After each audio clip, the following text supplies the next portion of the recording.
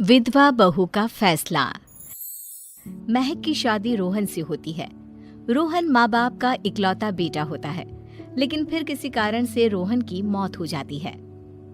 बेटा महक, तेरे आगे इतनी बड़ी जिंदगी है, फिर बच्चों की भी जिम्मेदारी। तू कोई काम कर ले। मैं तो कहती हूँ रोहन के ऑफिस में ही बात कर ले, शायद तेरे लिए कोई काम निकल आए। हाँ माँ जी, मैं भी यही सोच रही थी, लेकिन कैसे बात करूं, किससे बात करूं, कुछ समझ में नहीं आ रहा। अब वो क्या नाम था रोहन का जो दोस्त हुआ करता था, पहले तो बड़ा आता था हमारे घर। राकेश की बात कर रहे हैं? पर वो तो रोहन के बाद से कभी आया ही नहीं, पता नहीं कहाँ है वो। आया था, एक नहीं कई बार आया था, लेकिन मैंने बाहर से ही भेज दिया। घर के अंदर झांकता रहता था, मुझे ठीक नहीं लगा। अरे आपको तो पता नहीं क्या ठीक लगता है और क्या नहीं। उसका नंबर है मेरे पास, मैं आज ही फोन करती हूँ। सास राकेश को फोन लगाती है और शाम को घर आने का न्योता दे देती है। अरे आंटी, ओहो भाग्य हमारे कि आपने घर बुलाया। मैं तो कई बार आया, लास्ट टाइम तो अंकल से मुलाकात भी हो गई थी। हाँ, वो हम लोगों को निकलना था ना कहीं उस वक्त। अरे छोड़ो ना बेटा, बोलो क्या लोगे? आपकी बहू। क्या बकवास कर रहे हो राकेश? अरे मेरा मतलब ये है कि आपकी बहू कहाँ है? भाभी जी के हाथ की चाय की बस एक प्याली मिल जाती तो। महक चाय लेकर आती है, लेकिन वो जैसे ही राकेश की ओर देखती है, उसे राकेश पसंद नहीं आता। वो अंदर जाने को होती है कि अरे भाभी जी कहाँ जा रही हैं? बैठिए तो सबके साथ। जी नहीं, बच्चों को खाना खिला रही हूँ, आप माँ जी से बात करें ना। अंदर जाने के बाद सास कहती है, अरे बेटा राकेश, वो क्या है ना, वैसे तो तेरे अंकल जी की पेंशन आती है, साथ ही ऊपर 2 मंजिल मकान से किराया भी, तो हम लोगों का तो अच्छा चल जाता है। लेकिन महक, उनकी चिंता आप न करें आंटी, आदेश दें बस आप तो। देखो भाग्यवान, रहने दो, कोई बात नहीं, मैनेज हो जाएगा। अरे क्या मैनेज हो जाएगा अंकल, हमें भी बता दें। आप चुप रहिए जी। अब वो क्या है ना राकेश, तुझे तो पता है कि रोहन के 2 बच्चे हैं, उनकी पढ़ाई लिखाई का खर्चा बहुत है। हम ये चाह रहे थे कि रोहन के ऑफिस में महक को भी अगर कोई काम मिल जाता तो। क्यों नहीं आंटी जी, मैं हूं ना, मैं बात कर लेता हूँ। वैसे तो आप हाँ ही समझिए। महक भाभी को बोल देना कि कल तैयार रहें मेरे साथ ऑफिस चलने के लिए। मैं मालिकों से मिलवा दूंगा उन्हें। महक अंदर से सब सुन रही थी। अच्छा आंटी जी, तो चलता हूँ, कल आ जाऊंगा। अच्छा भाभी जी, तैयार रहिएगा कल। राकेश तो चला जाता है, लेकिन ससुर सास पर बरस पड़ते हैं। मुझे ये आदमी एक पैसे का पसंद नहीं है। तुम इसे बोल दो कि हमें कहीं नहीं करवानी बहू से कोई नौकरी। अरे क्यों नहीं करवानी? सारा पैसा मैं इसके बच्चे और इसी पर उड़ा दूंगी, तो मेरी बेटी को क्या दूंगी? जरूरत क्या है तुम्हारी बेटी को तुम्हारे पैसे की? अरे वो तो पहले ही बड़े पैसे वाले घर की बहू है। अपनी बहू की सोचो जो अब तुम्हारी बेटी जैसी है। बच्चे रोहन की आखिरी निशानी है। अरे अपना भाषण अपने पास रखो। सारा दिन घर पर बैठी रोटियां तोड़ेगी, तो काम करे ना कुछ बाहर जाकर। बहू सब सुन रही होती है। वो अगली सुबह बिना मन के तैयार तो हो जाती है, लेकिन जैसे ही राकेश आता है, क्या बात है भाभी जी, रेडी हैं? तो फिर चले डेट पर, मतलब इंटरव्यू पर। महक सामने आती है कि सामने ससुर जी खड़े होते हैं। हाँ महक बेटा, आओ चलते हैं, मैं भी चल रहा हूँ। ससुर को तैयार देखकर राकेश का चेहरा बन जाता है।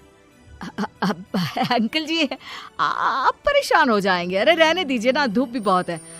वैसे भी स्कूटर में तो 2 लोग ही बैठ सकते हैं ना। तो तुम चलो, मैं बहू के साथ अपनी कार से आ जाता हूँ। महक ससुर जी को देखकर खुश हो जाती है, उसे शांति हो जाती है। वो लोग रोहन के ऑफिस जाते हैं, जहाँ बॉस कहते हैं, नमस्ते अंकल। नमस्ते महक, कैसे हैं आप लोग? रोहन का सुनकर बहुत दुख हुआ अंकल। वैसे कैसे आना हुआ? बेटा, क्या हमारी बहू के लिए तुम्हारी ऑफिस में कोई काम मिल सकता है? हमने राकेश से इसी सिलसिले में तुमसे बात करने को कहा था। उसी के कहने पर हम दोनों तुमसे मिलने आए हैं। राकेश ने तो कोई बात नहीं की। ऊपर से उसने तो आज की छुट्टी ले रखी है, ऑफिस भी नहीं आया। बोल रहा था जरूरी काम से जाना है। महक और ससुर एक दूसरे को देखने लगते हैं।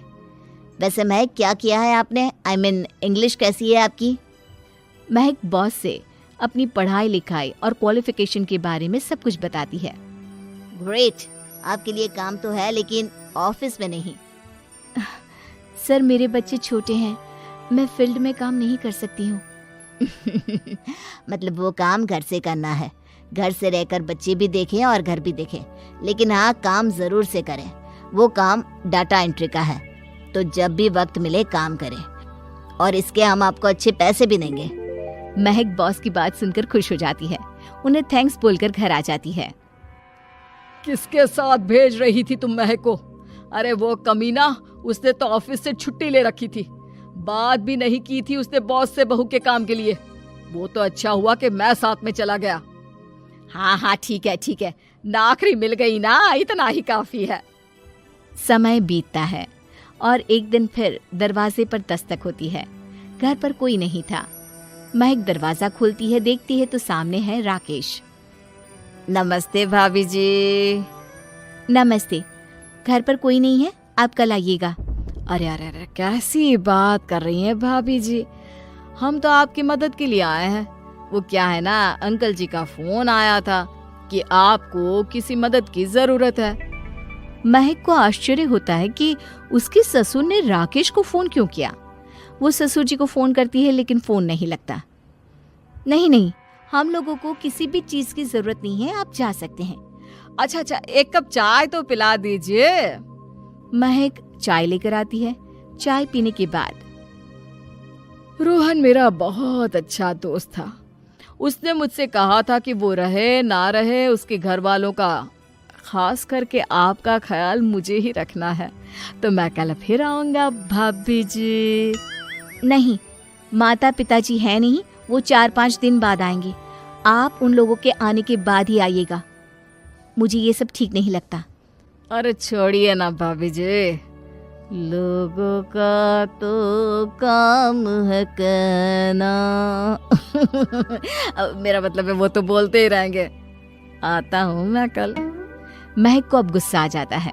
हमेशा शांत और मधुर बोलने वाली महक पहली बार जिंदगी में फैसला लेती है, और फैसला होता है राकेश को सबक सिखाने का।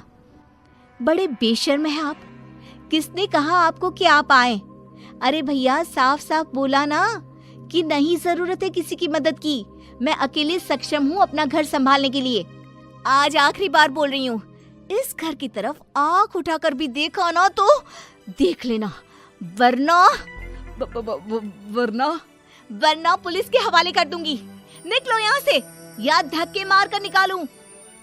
पुलिस का नाम सुनते ही राकेश वहां से 9-2-11 हो जाता है, और महक को अपने फैसले पर गर्व होता है।